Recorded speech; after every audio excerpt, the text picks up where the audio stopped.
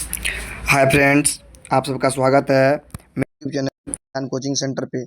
तो आइए हम लोग आज फिर से 18/2/2025 को जो मैथ्स का प्रथम पाली में परीक्षा हुआ है उसके सभी प्रश्नों के हल को लेकर और लगभग डिस्कस को भी लेकर आए हैं।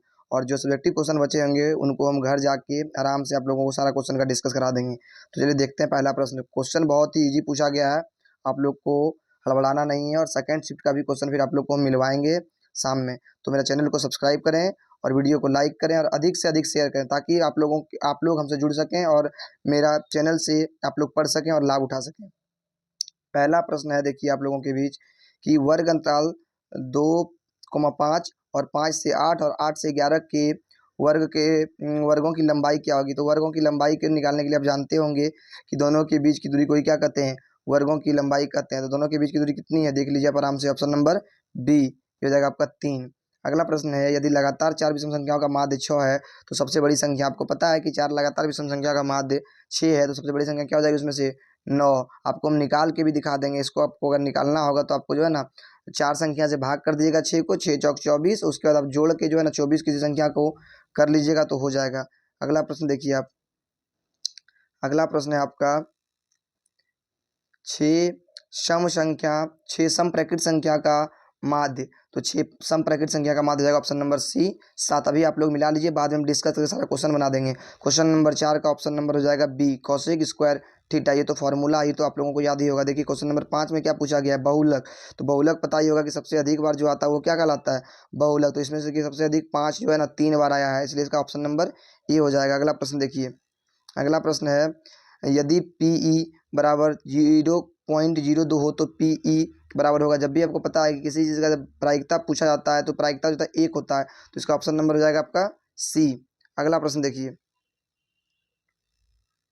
अगला प्रश्न है, दो पासों को एक साथ फेंका जाता तो उन उस ऊपर आने वाले अंकों का योग शून्य होने की प्रायिकता शून्य कब कब हो सकती है, जब 1,1 होगा, या फिर 2,2 होगा, या 3,3 होगा, या फिर 4,4 होगा, और 5,5 होगा, और 6,6 होगा। तो 6 बार अंतर जो है ना आपका योग 6 बार अंतर 0 आएगा और कुल परिणाम हो जाएगा 36। तो 1/6 ऑप्शन नंबर बी। अगला प्रश्न देखिए, दो सिक्कों की उछाल में दोनों पर शीश आने की प्रायिकता, इसका ऑप्शन नंबर सी हो जाएगा 1/4। एक ही बार दोनों पर जो है ना हेड आ सकता है या टेल आ सकता है। अगला प्रश्न देखिए, एक वर्ष में एक महीना यदि शायद चुना जाता है, इसके जून या सितंबर होने की प्रायिकता। तो कितने महीने चुनने बोल रहा है आपको, 2 महीना, और कुल महीना 12। तो 12 को जब कटाइएगा आप 2/12 तो हो जाएगा आपका 1/6। क्या हो जाएगा आपका 1/6। Option number B, option number B नहीं सॉरी, ऑप्शन नंबर सी हो जाएगा आपका 1/6 हो जाएगा ऑप्शन नंबर सी। अगला प्रश्न देखिए आप, एक पासे की फेंक में से 4 या 5 आने की प्रायिकता। तो 4 या 5 आने की प्रायिकता क्या हो जाएगी आपका, 4 या 5 आने की प्रायिकता देखिए दोनों नंबर आने के लिए बोल रहा है, 4 भी आना चाहिए और 5 भी। तो 4 5 कितना बार, 2 बार। तो इसका भी जाएगा 1/3 ऑप्शन नंबर बी। अगला देखिए, साइन 90 डिग्री माइनस ए। तो ये भी तो फॉर्मूला है, साइन 90 डिग्री माइनस ए क्या बनाता है आपका, ऑप्शन नंबर बी कॉस से बनाता है। अगला प्रश्न को देखिए, अगला प्रश्न बोला जा रहा है, यदि अल्फ़ा बराबर बीटा, यदि अल्फ़ा बराबर बीटा बराबर 60 डिग्री हो तो, यदि अल्फ़ा बराबर बीटा बराबर 60 डिग्री हो तो cos alpha minus beta, cos alpha minus beta. देखिए अगर 60 डिग्री को दोनों का रखिएगा ना आप तो 60 हो जाएगा 0 डिग्री, और जीरो वैल्यू तो कॉस 0 का वैल्यू कितना होता है, कॉस 0 का वैल्यू आपको पता है कि साइन 90 का जो होता है वो कॉस 0 का वैल्यू होता है। तो कॉस 0 का वैल्यू क्या हो जाएगा आपका 1 हो जाएगा ऑप्शन नंबर बी। आगे देखिए, यदि थीटा बराबर 45 डिग्री हो तो sine theta plus cos theta का मान ये हो जाएगा ऑप्शन नंबर बी √2। अगला देखिए, अगला प्रश्न पूछा जा रहा है, यदि यदि ए बराबर यदि ए बराबर, तो इसका ऑप्शन नंबर जो है ना आपका सी हो जाएगा। इसको अगर आप सॉल्व कीजिएगा 30 डिग्री रख के ना तो इसका आता है आपका 2√3। 2√3 का मतलब क्या होता है, 2 का मतलब 2 हो गया, √3 मतलब 10, 60 डिग्री। तो ऑप्शन नंबर सी हो जाएगा। अगला प्रश्न देखते हैं, अगला प्रश्न देखिए, अगला प्रश्न बोल रहा है, यदि टेन थीटा बराबर 12/5 है तो साइन थीटा का मान। ये सब क्वेश्चन तो आप लोगों को पहली बार भी हम कराएं, अपने यूट्यूब चैनल पर देख सकते हैं आप लोग जाके, बहुत ही ईजी है। इसको आप जो है ना टेन थीटा को क्या लिख सकते हैं आप, टेन थीटा को लिख सकते हैं आप P/बी लिख सकते हैं। P और B का वैल्यू आपको दिया हुआ है, और साइन में होता है P/H। तो H का वैल्यू आपको निकालना है। H का वैल्यू जब निकालिएगा ना तो 12 का स्क्वायर 144 और 5 का 169 निकल जाएगा आपका 13, और साइन का वैल्यू होता है P/H। तो P का वैल्यू आपका कितना है, पी का वैल्यू आपका 12/13 हो जाएगा ऑप्शन नंबर बी। अगला प्रश्न देखिए, अगला प्रश्न बोल रहा है 16 नंबर, यदि कॉस 59 बटे साइन 31 इंटू टेन 80 बटे कॉट 10 यदि आपका योग जो है ना, दोनों का योग, हर और अंश का योग अगर 90 होता हो तो क्या हो जाता है, एक, क्या हो जाता है, एक, और एक गुना एक क्या हो जाएगा, ऑप्शन नंबर बी। यहाँ आपका हो जाएगा ऑप्शन नंबर बी, एक। अगला प्रश्न देखिए, दे टेन 25 इंटू टेन 65 बराबर साइन ए हो तो ए का मान। बहुत ही लॉजिक से पूछा गया क्वेश्चन, अगर बच्चा अपना दिमाग का यूज़ किया होगा ना, अगर आप लोग किए होंगे तो आराम से ही प्रश्न का आंसर आपको आ गया होगा। तो इसमें जो है ना 10 25 और 10 65 मतलब हो जाएगा एक, और एक बराबर साइन ए है, तो साइन ए में एक का वैल्यू क्या होता है, 90 में होता है, तो ए का वैल्यू कितना डिग्री हो जाएगा आपका, 90 हो जाएगा ऑप्शन। अगला प्रश्न को देखते हैं, अगला प्रश्न बोल रहा है कि यदि यदि कॉस थीटा बराबर एक्स है तो टेन थीटा का मान। ये भी आप फॉर्मूला के आधार पर निकाल सकते थे या फॉर्मूला सूत्र पे तोड़ सकते थे, तो इसका हो जाएगा ऑप्शन नंबर बी। इसको निकाल सकते हैं आप कि कॉस को क्या लिख सकते थे, कॉस को आप लिख सकते हैं, कॉस के पदों में एक्स के पदों में लिखना है तो कॉस को आप क्या लिख सकते हैं, 1 माइनस साइन स्क्वायर थीटा के रूप में तोड़ सकते हैं, या फिर पी बटे एच के रूप में भी तोड़ के इसका आंसर आप ला सकते हैं। हम आपको डिस्कस जो है ना घर जाके करा देंगे अच्छा से बोर्ड पे, तो आप लोग देख लीजिएगा। अगला प्रश्न को देखिए, अगला प्रश्न है आपका, अगला प्रश्न है आपका 1 माइनस कॉस पर पावर 4, तो इसका ये भी तो A square minus B square के फॉर्म पे अगर आप तोड़िएगा तो ये निकल जाएगा sine square theta into 1 plus cos square theta, option number B. अगला प्रश्न को देखिए, वाई अक्ष पर स्थित, वाई अक्ष पर स्थित किसी बिंदु का निर्देशांक जो है ये आपको हो जाएगा 2, वाई, ऑप्शन नंबर बी। अगला प्रश्न को देखिए, अगला प्रश्न 21 नंबर है कि किसी समांतर श्रेणी का पांचवा पद 11 और अंतर 2 है तो उसका पहला पद क्या होगा, ये तो आप निकाल सकते हैं। सार्वंतर जो है ना आपका दे दिया है 2 और पांचवा पद दिया हुआ है कितना, पांचवा पद दिया हुआ है 11, तो A5 से आप निकाल सकते हैं, इसका क्या निकल जाएगा, 3 निकल जाएगा। ठीक है, आप निकाल लीजिएगा, जब फिर से हम आपको बता देंगे। इसमें जो है ना आपका 22 नंबर प्रश्न में कुछ हमको प्रॉब्लम लग रहा है, लेकिन इसमें से आप जिस तरह हमको आंसर अभी लग रहा है इनमें से कोई नहीं होगा। आप लोग अगर आप बनाए होंगे तो बताइएगा कमेंट करके क्या होगा इसका आंसर। अगला प्रश्न देखते हैं, सॉरी 23 नंबर नहीं बताना, 23 नंबर में बोल रहा है कि निम्नलिखित में से कौन समांतर श्रेणी में है, तो ये तो पता ही होगा, समांतर श्रेणी का मतलब सार्वंतर समान होना चाहिए। देखिए यहाँ पर 1 7 9 16 तो है ही नहीं, क्योंकि यहाँ से 6 का अंतर है, फिर 2 का अंतर, ये नहीं है, और ये नहीं है, ये भी नहीं है, और सी नंबर देखिए 1x 2x 3x 4x सबके बीच में एक का अंतर है, तो यही हो जाएगा आपका समांतर श्रेणी। अब क्वेश्चन नंबर अगला देखते हैं, क्वेश्चन नंबर 24 में बोल रहा है कौन समांतर श्रेणी है, बताइए बताइए। वहाँ पूछा था नहीं, सॉरी वहाँ पूछा था है, यहाँ पूछा है नहीं है, तो देखिए सारा है लेकिन डी नंबर ऑप्शन में आपका समांतर श्रेणी नहीं है। ठीक है, अगला प्रश्न देखते हैं, अगला प्रश्न है 1 4 7 10 के प्रथम 20 पदों का योग, तो आपको एस एन का फॉर्मूला पता होगा, एन का वैल्यू 20 लगाइएगा और उस पर रख दीजिएगा ना, तो आपका आ जाएगा 590, ऑप्शन नंबर सी। अगला प्रश्न फिर एकदम थोड़ा सा दिमाग लगवाया आप लोग से एग्जामिनर, इसका भी ऑप्शन नंबर डी हो जाएगा आपका 26 नंबर का, साइन 45 गुने 1/cos 45। थोड़ा सा आप बनाने का प्रयास कीजिए घर में, नहीं तो फिर हम सारा क्वेश्चन का आपको जिस क्वेश्चन समझ में नहीं आए हमको आप कमेंट कीजिए, हम सारा प्रश्न को आपको बना के आपके पास भेज देंगे, या मेरे व्हाट्सएप नंबर से या मेरे ग्रुप में जुड़ने का प्रयास करें, आपको वहाँ पे दे सकते हैं सारा प्रश्न का आंसर। अगला प्रश्न को देखिए, अगला प्रश्न है कॉस स्क्वायर ए इंटू 1 प्लस टेन स्क्वायर ए, तो ये आपका जो है ना 1 बना देगा, ऑप्शन नंबर सी। अगला प्रश्न 10 30 का मान, ये तो आप लोगों को सबको याद होना चाहिए, मान सारणी से क्वेश्चन पूछा गया है 1/√3। कॉस 60 का मान, देखिए मान सारणी से बहुत सारा प्रश्न पूछा गया है, सेकंड पाली में ही पूछा जाएगा, तो इसका हो जाएगा कॉस 60 का मान 1/2। अगला देखिए sine square 90 minus ten square 90, जब इसको माइनस कीजिएगा ना तो इसका वैल्यू क्या हो जाएगा पता है आपको, मतलब दोनों का वैल्यू एक है और एक का स्क्वायर जब माइनस करिएगा इसका वैल्यू जाएगा 0, ऑप्शन नंबर डी हो जाएगा। ठीक है, अगला किसी बाह्य बिंदु पर से P एवं PB दोनों रेखा आसपास खींची गई है, तो इसमें से भी जो है ना आपका 31 नंबर का आंसर हो जाएगा, ऑप्शन नंबर बी 8। ठीक है, अगला प्रश्न को देखते हैं, अगला प्रश्न है, अगला प्रश्न है यदि 32 नंबर प्रश्न, इसका ऑप्शन नंबर बी हो जाएगा 50। ठीक है, 32 नंबर का आंसर ऑप्शन बी हो जाएगा 50। अगला देखिए, अगला है 33 नंबर, वृत्त पर स्थित किसी बिंदु पर खींची गई स्पर्श रेखा स्पर्श बिंदु से होकर जाने वाली रेखा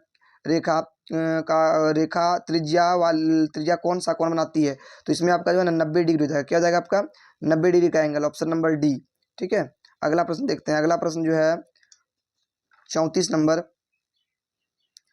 नंबर बोल रहा है कि दो वृत्तों की त्रिज्याओं का अनुपात 3:4 है, तो उनके क्षेत्रफलों का अनुपात क्या होगा, तो पता है अगर त्रिज्या देता है क्षेत्रफल पूछता है ना तो आराम से हम लोग उसका स्क्वायर कर सकते हैं, तो 3 का स्क्वायर 9 हो जाएगा, 4 का स्क्वायर 16, तो इसका ऑप्शन नंबर सी हो जाएगा 9:16। अगला देखिए 42 सेंटीमीटर त्रिज्या वाले वृत्त के उस त्रिज्यखंड का क्षेत्रफल ज्ञात करें जिसका क्षेत्रफल ज्ञात करना है, तो अगर इसको निकाल सकते हैं, उसका फॉर्मूला क्या है, थीटा बटा 360 डिग्री गुना पाई आर स्क्वायर। ठीक है, तो आप निकाल सकते थे। थीटा का मान रख देते 30 डिग्री, उसके बाद आर का मान रख देते 42, तो आपका निकल जाएगा 462, ऑप्शन नंबर सी। अगला प्रश्न को देखते हैं। अगला प्रश्न 36 मतलब 36 नंबर क्या बोल रहा है। यहाँ पर भी वही प्रश्न पूछा गया, दो वृत्तों की परिधियों का अनुपात 5:7 है, तो उनकी त्रिज्याओं का अनुपात। देखिए परिधि से त्रिज्या में कोई अंतर नहीं होता, ना कि त्रिज्या से परिधि में कोई अंतर होता है, बल्कि इसका फॉर्मूला क्या होता है आपको पता है, 2 पाई आर होता है, और आर हमको दिया हुआ, तो कोई अंतर ही नहीं है यहाँ पे, इसलिए इसमें कुछ नहीं बढ़ेगा ना कुछ घटाना है हमको, ठीक है। इसका आंसर हो जाएगा आपका ऑप्शन नंबर बी, 5:7 हो जाएगा एकदम आराम से।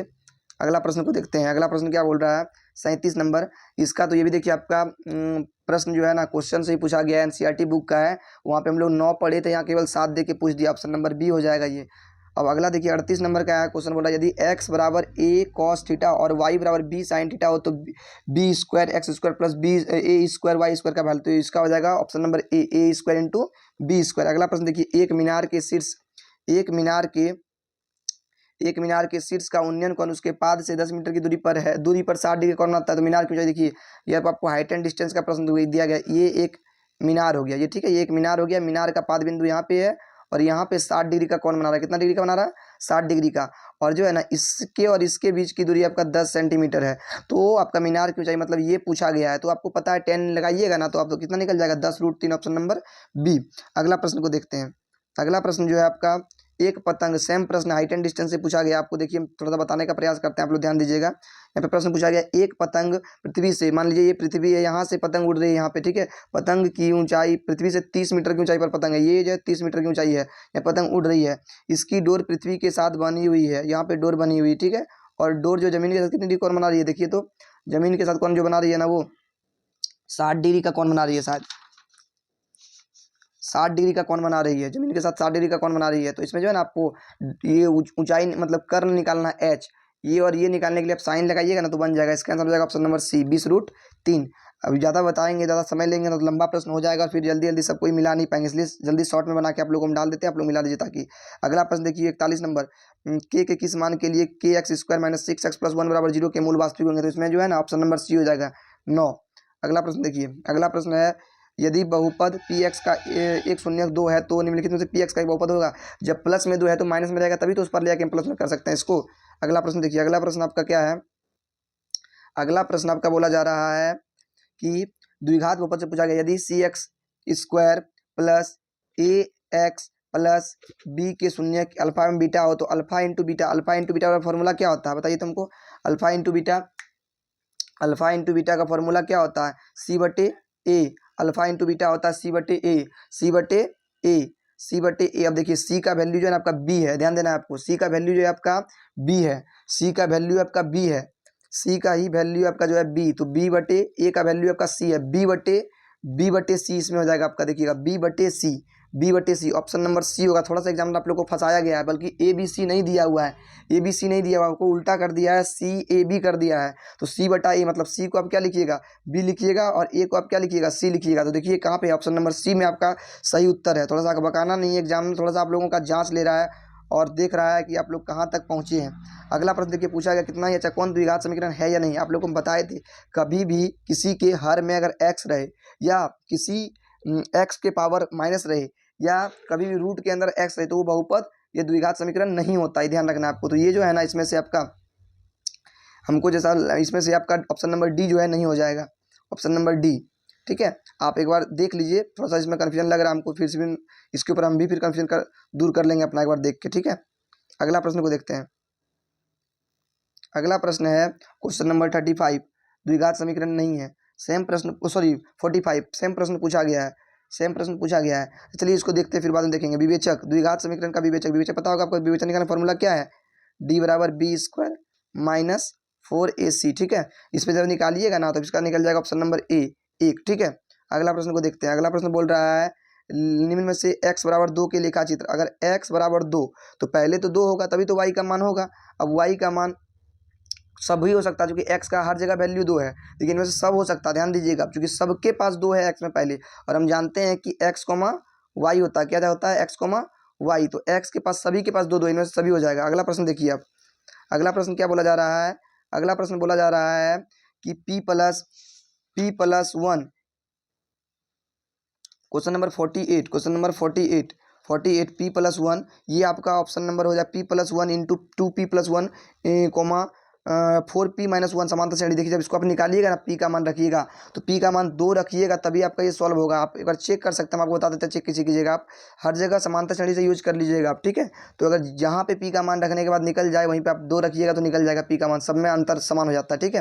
अब देखिए अगला क्वेश्चन 49 में 50 समांतर श्रेणी 1, 5, 9 का सार अंतर। तो अब देखिए सबके बीच का अंतर जो है ना 4 है, ऑप्शन नंबर सी हो जाएगा। अगला प्रश्न देखिए 38 कौन सा पद है। 38 जो है ना, आप जब पद निकालिएगा ए एन बराबर फार्मूला होता है, क्या होता है, a+n, याद है ना, a+n-1 इंटू डी। इस फॉर्मूला पे यूज कीजिएगा तो 10वां पद निकल जाएगा। 50 का ए नंबर, 50 का ए। अगला प्रश्न देखिए 51 नंबर, कौन सा शांत है। आपको हम बताए थे कि जिसका भी हर में 2 और 5 आए वो शांत रहता है, बाद में की अशांत। देखिए यहाँ 2 और 3 आ गया ए नंबर में, ये तो होगा नहीं। यहाँ पर 2, 3 आ गया, ये भी होगा नहीं। यहाँ पर 2, 7 आ गया, ये भी होगा नहीं। लेकिन 2 और 5 का खेला देखिए ऑप्शन नंबर डी में है, तो यही हो जाएगा शांत, ठीक है।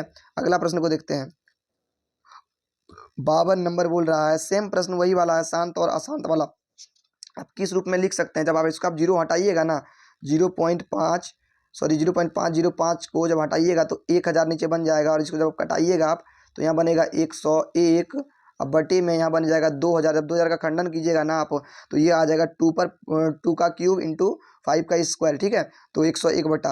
अगला प्रश्न को देखिए, अगला प्रश्न बोल रहा है एल्गोरिदम से निकालना है आपको। ये तो बच्चा आप लोग को पढ़ाई भी थे एल्गोरिदम, a बराबर bq+r। तो b का मान और q का मान दिया, गुना कर दीजिए, 5 चौके 20 और 1 को जोड़ दीजिए, कितना हो जाएगा, a का वैल्यू 21, ऑप्शन नंबर बी। अगला प्रश्न देखिए 54 नंबर क्या बोल रहा है, बहुपद 2x² - 4x - 6 के शून्यक। शून्यक जब आप निकालिएगा ना तो आप एक बार चेक कर सकते हैं, शून्यक निकाल के चेक कीजिएगा तो हम बता भी देते हैं। तो आप पहले वाले को तीसरे वाले से जब गुना कीजिएगा तो बन जाएगा -6x²। अब इसको ऐसे तोड़िए कि -4 आ जाए। तो देखिए आप इसको ऐसे तोड़ सकते हैं जो -4 आ जाए। कैसे पता है आपको, देखिए इसको जब आप बनाइएगा ना तो आपको थोड़ा सा हम बता ही देते हैं, बना ही लीजिए आप, कि जब गुना कीजिएगा आप 2x को 6x से तो क्या बन जाएगा आपका, बन जाएगा 12, क्या बन जाएगा आपका 12x²। लेकिन ये आपका माइनस का बनेगा, क्या बनेगा, माइनस का बनेगा। अब इसको ऐसा तोड़िएगा ना, देखिए 6 दूनी 12 भी तोड़िएगा ना तो इसका आंसर आ जाएगा। आप अगर आप इसको कॉमन करते हैं तो इसका आ जाएगा -1 और +3, ठीक है। ऑप्शन नंबर बी हो जाएगा इसका ऑप्शन। अब इसमें घात पूछ रहा है, ऑप्शन 55 नंबर में पूछ रहा है घात 3 और 2 5, इसको गुना करने का दीजिए तो आपका घात आपका 5 बन जाएगा, ऑप्शन नंबर सी। अगला प्रश्न देखिए आप, कौन बहुपद नहीं है। तो इसमें जो है ना ऑप्शन नंबर डी हो जाएगा आपका, बहुपद नहीं है, ऑप्शन नंबर डी बहुपद नहीं, क्योंकि नीचे हम बता दें किसी का भी हर में एक्स रहता है तो बहुपद नहीं बनता है। अगला प्रश्न को देखते हैं, अगला प्रश्न क्या बोल रहा है। अगला प्रश्न जो है आपका, अगला प्रश्न बोल रहा है निम्नलिखित में से शून्यक किसी का भी द्विघात बहुपद का शून्यक 2 एवं 2 है, 2 एवं -2 है। किस द्विघात बहुपद का शून्यक 2 एवं -2 है। जब इसको आप निकालिएगा 4 को, इसी का बहुपद जो है ना 2 और माइनस दोनों निकलेगा, बाद बाकी का तो नहीं निकलेगा। लेकिन जब आप रूट से उधर लेके जाइएगा इसको तो 2 भी निकलेगा, प्लस में भी और माइनस में। तो ऑप्शन नंबर बी, 57 नंबर का ऑप्शन नंबर क्या आ जाएगा आपका, बी। अगला प्रश्न देखिए, अगला प्रश्न बोल रहा है यदि टी² + 7t + 10 के शून्यक अल्फा एवं बीटा हो तो अल्फा प्लस बीटा का मान पूछा है। अल्फा प्लस बीटा मतलब क्या होता है, अल्फा प्लस बीटा माइनस मतलब होता है कि आपका -b/a, -b/a, बी का वैल्यू क्या दिया आपका, बी का वैल्यू दिया हुआ 7 और ए का वैल्यू क्या है 1, तो हो जाएगा ऑप्शन नंबर ए। क्या हो जाएगा, ऑप्शन नंबर ए। बी का वैल्यू जब गुना कीजिएगा ना तो ऑप्शन नंबर सी हो जाएगा, -7, क्योंकि यहाँ -b है ना, तो -b को जब गुना कीजिएगा तो -7 हो जाएगा। अगला प्रश्न को देखते हैं, अगला प्रश्न आपका है sine 30 degree plus cos 30 degree minus sine 60 degree plus cos 60 degree. तो आप देख सकते हैं, सिंपल सी बात, आपको पता है क्या फॉर्मूला लग रहा है, a + b into a + b minus a + b। 2 बार जब आप इसको गुना करते हैं ये क्या बन जाता है, a + b का होल स्क्वायर। इस पर भी आप यूज कर सकते हैं, इसका वैल्यू क्या आ जाएगा आपका, ऑप्शन नंबर बी 0 आ जाएगा, ठीक है। बना लीजिए आप एक बार चेक करके घर में। उसके बाद अगला प्रश्न देखिए 60 नंबर, द्विघात बहुपद k-1 x² प्लस kx+1 का एक शून्यक 4 हो तो k का मान होगा, k का मान जो है ना आपका 5/4 निकलेगा। आप इसको बना सकते हैं या हम आपको बना के सारा वीडियो भेज देंगे, फिर सारा सब्जेक्ट ऑब्जेक्टिव क्वेश्चन का वीडियो। अगला प्रश्न देखिए, अगला 61 नंबर है 8 साइन 60 डिग्री 0 तथा 0, 8 cos 60 डिग्री के बीच की दूरी। तो ये आपका जो है ना पूछा गया निर्देशांक ज्यामिति से ऑप्शन नंबर ए हो जाएगा, इसका आंसर हो जाएगा 8। अगला प्रश्न को देखते हैं। अगला प्रश्न बोला जा रहा है आपका कि मूल बिंदु के दूरी के बीच की सूत्र जो होता है ना, उसी से आपको निकालना है एक्स वाई का, तो इसका ऑप्शन नंबर बी हो जाएगा, root under X square plus Y square. अगला प्रश्न देखिए 63 नंबर पूछ रहा है वाई अक्ष से बिंदु 12,14 की दूरी। अगर वाई अक्ष से पूछा जाता है, ध्यान दीजिएगा, अगर एक्स अक्ष से पूछता तो 14, अगर वाई अक्ष से पूछ रहा तो आपका ऑप्शन नंबर ए हो जाएगा 12। अगला प्रश्न देखिए -6,8 की कोटि, तो आपको पता है कि एक्स अक्ष को हम लोग क्या कहते हैं, भुज, और वाई अक्ष को क्या कहते हैं, तो कोटि। तो कोटि पूछा गया, इसका ऑप्शन नंबर बी हो जाएगा -8। क्या हो जाएगा इसका -8, ऑप्शन नंबर बी। अगला प्रश्न देखते हैं। अगला प्रश्न 65 नंबर, 3 - 4 किस पाद में स्थित है? आपको तो चतुर्थांश बनाए हम कई बार बताएं कि 1 नंबर में प्लस प्लस, 3 नंबर में माइनस माइनस। अब इसको आप ऊपर कर दीजिए माइनस प्लस, इसको प्लस माइनस कर लीजिए। अब देखिए क्या है, 1 नंबर में प्लस और 2 नंबर में माइनस। कहाँ पे आप ये देख सकते हैं आप, ये चौथा चतुर्थ में हो जाएगा ऑप्शन नंबर डी। कहाँ हो जाएगा? Option number D. अब 66 देखते हैं। 66 में क्या बोल रहा है? 66 में बोल रहा है कि कौन सा बिंदु द्वितीय चतुर्थांश में स्थित है। द्वितीय में पता है आपका कि द्वितीय में पहले माइनस आता है और बाद में प्लस आता है। तो पहले माइनस कहाँ आया? देखिए ऑप्शन नंबर बी में जो है ना आपका आया पहले माइनस, बाद में प्लस आया है। अभी जस्ट आपको हम बना के दिखाएं चतुर्थांश, उसी से आप बना के चेक कर सकते हैं। अगला है 67 नंबर कि मिलाने वाले रेखाखंड का मध्य बिंदु निकालना। मध्य बिंदु निकालने तो हम आपको बताए थे कि यार दो बिंदु का पूछा गया है, दो बिंदु का x1 प्लस x2 बटे 2 कोमा y1 बटे y2, y1 प्लस y2 बटे 2 लगाइएगा, तो इसका आपका आंसर पता है क्या निकल जाएगा? 0,0, ऑप्शन नंबर बी निकल जाएगा। ठीक है, अगला प्रश्न को देखते हैं। अगला प्रश्न आपका है, अगला प्रश्न है रेखाखंड ए बी के मध्य बिंदु 2, 4 और बिंदु ए के नियामक 5, 7 हैं, तो बिंदु बी का नियामक पूछा गया। सेम प्रश्न है लेकिन यहाँ पे नियामक आपका पूछा जा रहा है। ठीक है, बी का भी रेखाखंड दिया हुआ है, नियामक पूछा जा रहा है, तो इसका आपका आंसर हो जाएगा ऑप्शन नंबर डी, -1,1। ठीक है, अगला प्रश्न को देखते हैं। अगला प्रश्न आपका जो है ना, अगला प्रश्न है आपका कि किसी वृत्त के व्यास के सिरों का निर्देशांक 10, -6 तथा -6, 10 हो तो वृत्त के केंद्र का निर्देशांक क्या होगा? वृत्त के केंद्र का निर्देशांक क्या होगा? देखिए आप अगर आप इसको भी निकालिएगा ना, तो इसमें निकल जाएगा 2,2, ऑप्शन नंबर बी। ठीक है, अगला प्रश्न हम आपको निकाल के सारा बता देंगे। अगला प्रश्न को देखते हैं।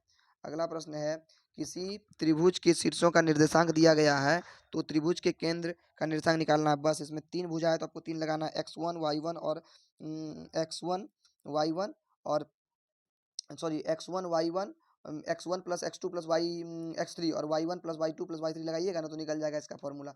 इसका आपका आंसर है ऑप्शन नंबर डी, 3,5। इसको निकाल के आप लगा सकते हैं। जितना भी बिंदु है तीनों को फर्स्ट फर्स्ट जोड़ दीजिएगा, से 4, 0 और 5 को जोड़ के 3 से भाग लगा दीजिएगा, और उसी तरफ से इसमें जोड़ के भाग लगा दीजिएगा, तो आपका आंसर आ जाएगा। अगला प्रश्न देखिए। अगला प्रश्न क्या बोल रहा है?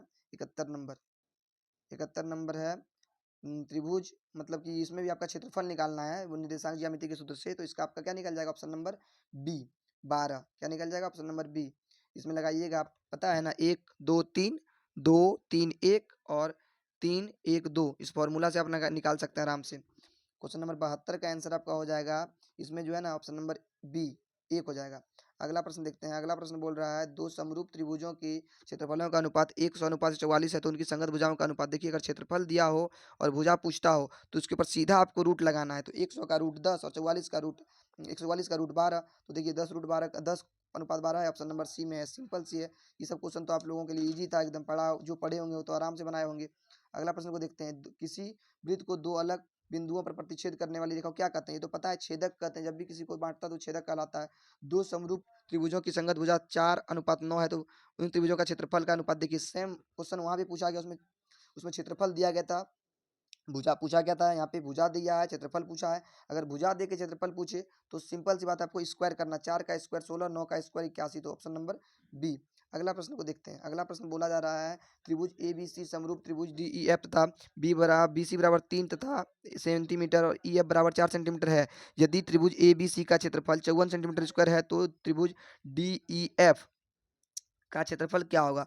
अगर दोनों समरूप है, ठीक है, अगर दोनों समरूप है त्रिभुज, तो समान रूप से भुजा होने के कारण आप निकाल के देखिएगा तो उसका 96 सेंटीमीटर स्क्वायर निकलेगा क्षेत्रफल। ठीक है, option number B, option number B.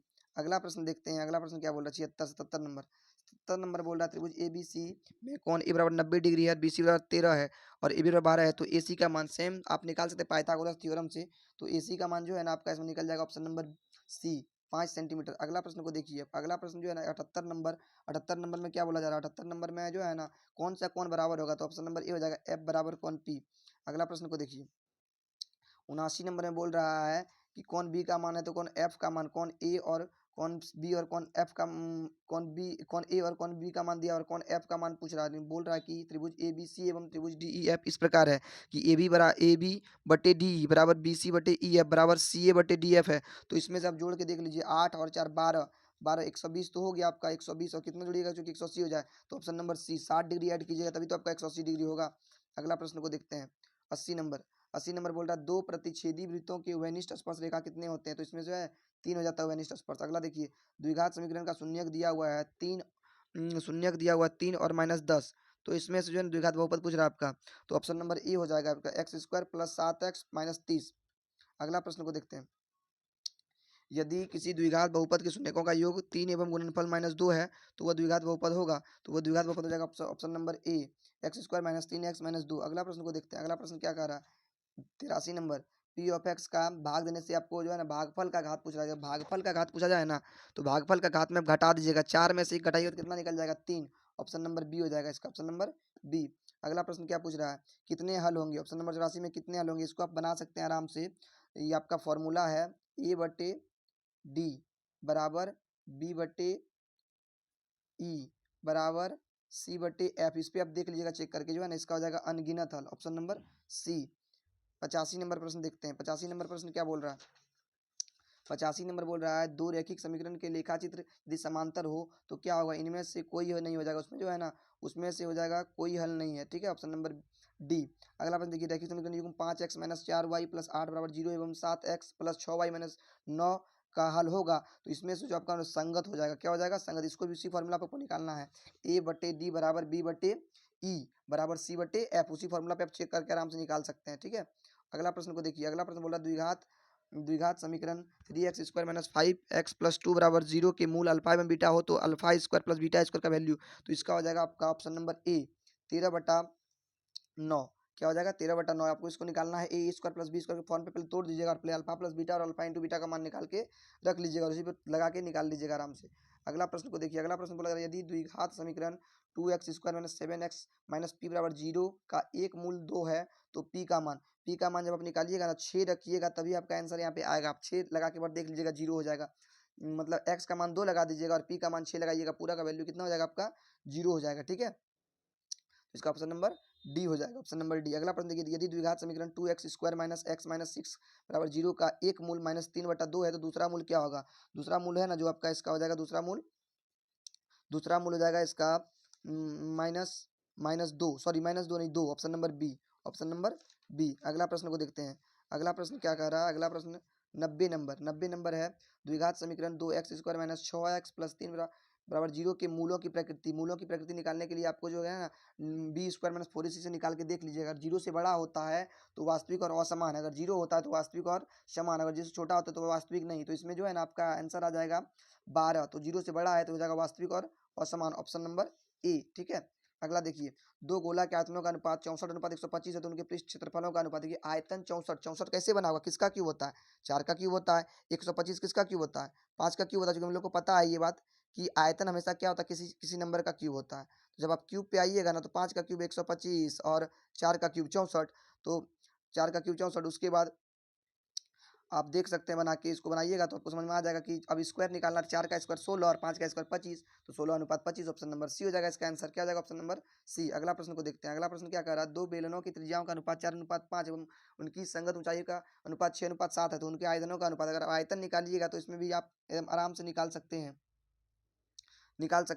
आप इसको निकाल कैसे चेक कर लीजिएगा, πr² h बटे πr² h, ठीक है। आपका जो है ना पाई से पाई कट जाएगा, इसका आर का वैल्यू कितना है आपका, इसका आर का वैल्यू है 4, तो इसका आंसर आपका हो जाएगा ना 96:175, ऑप्शन नंबर बी। आप निकाल के चेक कर सकते हैं, इसमें आर का मान यहाँ रख दीजिएगा, यहाँ आर का मान रख दीजिएगा आप 4 का स्क्वायर हो जाएगा 16, यहाँ रख दीजिएगा हो जाएगा 25, और यहाँ एच का मान रख दीजिएगा पहले वाला का 6, यहाँ रख दीजिएगा 7, 25 गुना 7 कर दीजिएगा, 16 गुना 6 कर 16 96 और 25 सत्ते कर दीजिएगा ना तो 175 हो जाएगा आपका आंसर। अगला प्रश्न को देखते हैं, अगला प्रश्न जो है ना 93 नंबर क्या करा, 93 नंबर प्रश्न है, आर त्रिज्या वाले अर्धगोला का संपूर्ण पृष्ठफल, तो याद ही होगा ना 3πr² था ऑप्शन नंबर सी। सिर्फ आर लगा के आप लोगों को फंसा रहा है। अगला प्रश्न देखिए 94 नंबर, किसी शंकु का वक्र पृष्ठ क्षेत्रफल 880 सेंटीमीटर स्क्वायर और त्रिज्या 14 सेंटीमीटर, इसकी ऊंचाई क्या होगी? सॉरी, इसकी त्रिज्या ऊंचाई निकालिएगा ना आप, तो निकालने के बाद आपको 20 निकलेगा, ऑप्शन नंबर बी। पाई आर एल जब लगाइएगा ना आप, तो इससे निकल जाएगा ऑप्शन नंबर बी, 20। ठीक है, अगला प्रश्न को देखिए, अगला प्रश्न क्या कह रहा है? अगला प्रश्न कह रहा है आपका, किसी घन का विकर्ण की लंबाई √3 सेंटीमीटर, इसकी कोर की लंबाई पूछ रहा है। तो आपको पता है कि घन का विकर्ण क्या होता है? √3 गुना भुजा होता है। तो यही आपको कितना दिया हुआ है? 2√3। तो √3 से √3 कटा दीजिएगा, बच जाएगा 2, ए का वैल्यू कितना निकल जाएगा? 2, ऑप्शन नंबर ए 95 का। अगला प्रश्न को देखिए 96 नंबर क्या बोल रहा है? 96 नंबर करा, किसी घन का किनारा 2 गुना कर जाने पर कुल पृष्ठ क्षेत्रफल कितना गुना पहले से बढ़ जाएगा? तो जब इसको चेक कीजिएगा ना, तो कुल पृष्ठ क्षेत्रफल हमेशा स्क्वायर होता है, हम बताए थे ना। किसी का भी क्षेत्रफल निकालना हो ना, तो स्क्वायर कीजिएगा, 2 गुना कीजिएगा तो 4 गुना हो जाएगा, सिंपल सी बात है। ठीक है, 4 गुना बढ़ जाएगा। अगला बोल रहा है, किसी को लेके कुल पृष्ठ क्षेत्रफल और उसी त्रिज्या वाले अर्धगोले का कुल पृष्ठ क्षेत्रफल का अंतर, तो 4πr² स्क्वायर भी होता है क्षेत्रफल, 4πr², और इसका होता है 3πr²। तो अब देखिए क्या क्या कट रहा है, पाई से पाई गया और आर दोनों का बराबर है, तो आर भी गया, बच गया 4:3, ऑप्शन नंबर डी हो जाएगा इसका आंसर। अगला प्रश्न देखते हैं, अगला प्रश्न 98 नंबर देखते हैं। 98 नंबर बोल रहा है, किसी अर्धगोला का संपूर्ण पृष्ठ क्षेत्रफल 1232 है, तो उसकी त्रिज्या क्या होगा? उसका त्रिज्या देखिए, अर्धगोला का संपूर्ण पृष्ठ क्षेत्रफल होता है 3πr²। ठीक है, सॉरी वक्र पृष्ठ पूछ रहा है ना, तो वक्र पृष्ठ होता है 2πr², 3πr² नहीं, क्या होता है? 2πr² वक्र पृष्ठ क्षेत्रफल क्या हो जाता है? 2πr² बराबर 1232। ठीक है, 1232। इसको जब आप कटाइएगा 2 से, तो कितना हो जाएगा? 616। ठीक है, 616 को आप किससे कटाइएगा? अब r² बराबर 616/22 नीचे आ जाएगा, और यहाँ 7 चले जाएगा, तो 22 से जब भाग कीजिएगा ना आप, शायद ये 28 बार भाग ले, कितना बार लग जाएगा? 28 बार में 28 7 196 होता है, तो 14 का निकल जाएगा। इसका क्या निकल जाएगा? 14, ऑप्शन नंबर बी। अगला प्रश्न को देखिए, अगला प्रश्न बहुत ही इंपॉर्टेंट है। अगला प्रश्न बहुत ही इंपॉर्टेंट है कि 1+tan² a/1 + cot², ये तो फॉर्मूला है। 1+tan² a क्या बनाता है? sec² a। ठीक है, sec² a बटे में ये क्या बनाता है? 1 + cot, cosec² a बना देता है, cosec² a, और sec बटे cos क्या बनाता है? tan² a बनाता है, ऑप्शन नंबर डी। तो आज हम आप लोगों को लगभग 100 में से 100 सारा प्रश्न का आंसर करवा दिए। अगर आप लोगों को वीडियो अच्छा लगता हो तो वीडियो में लाइक, कमेंट और शेयर वीडियो को जरूर करें, और अधिक से अधिक सपोर्ट करें, ताकि हम सारा प्रश्न का, सारा क्वेश्चन का आंसर की बना के आप लोगों के सामने ला सकें, और आप लोग अधिक से अधिक जुड़ें और देखें कि वीडियो कैसा लगता है। आप लोग अपना कमेंट में जरूर बताएं कि आप लोग कितना नंबर सही कर पा रहे हैं। ठीक है, तब तक के लिए धन्यवाद। फिर हम सेकंड पाली का भी आप लोगों को क्वेश्चन बना के जरूर देंगे।